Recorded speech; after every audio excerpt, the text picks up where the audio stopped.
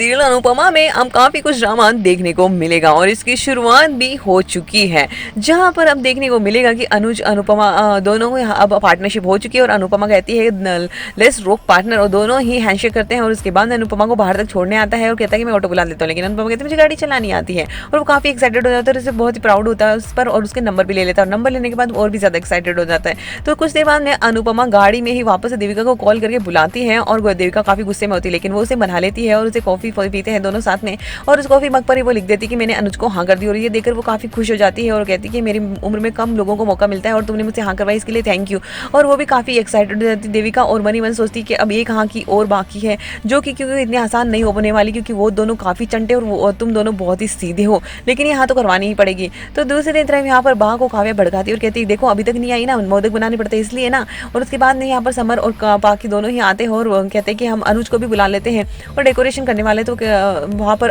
वनराज भड़क जाता है और कहता है कि हर जरूरत नहीं है उसको कहीं बुलाने की बाहर वालों को। तो कहते हैं वो बाहर वाला नहीं, वो मम्मी का दोस्त है। तो कहते हैं कि दोस्त है तो बाहर रहे, यहाँ पर कोई दोस्त नहीं है वो। और उसके बाद में यहाँ पर वो कहता है कि कहा अच्छा काव्या तो हर बार मुंह लटका के आ जाती थी, तो फिर वो तो आपकी दोस्त से ज़्यादा कुछ ही थी और वो तो सिर्फ मम्मी का दोस्त है। और वो भड़क जाता है वनराज और वो समर भी कह देता है कि अगर आप ज़्यादा कुछ करेंगे ना तो मैं आपसे बात करना ही बंद कर दूंगा, और उसकी औकात दिखा देता है और काव्या को भी। उसके बाद वनराज को इतना गुस्सा आता है कि वो एक का नंबर लेकर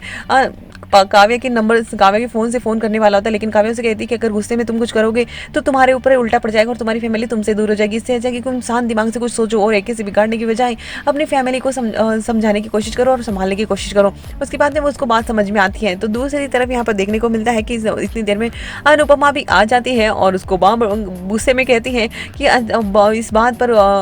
अनुज और काका ने उन दोनों को बुला लिया है और उधर अनुज और काका दोनों ही परेशान होते हैं। काका को अनुज कहता है कि आप कुछ भी ऐसा उल्टा सीधा नहीं करेंगे जिसकी वजह से अनुपमा को पर कोई भी आ जाए। और वो कहता है कि आप तो आपका बस चले ना तो आपको उसको हारी पूछते नहीं हारी गिफ्ट कर दे। तो वो कहते हैं हाँ कर तो सकता हूँ लेकिन करूंगा नहीं। उसके बाद नहीं हमें कहता है कि मुझे लगता है कि वनराज को हमारी दोस्ती से प्रॉब्लम जरूर है, लेकिन कुछ भी बाहर कुछ भी हुआ तो मैं अनुपमा के लिए कुछ भी बर्दाश्त नहीं करूंगा। तो वहीं घर पर अनुज के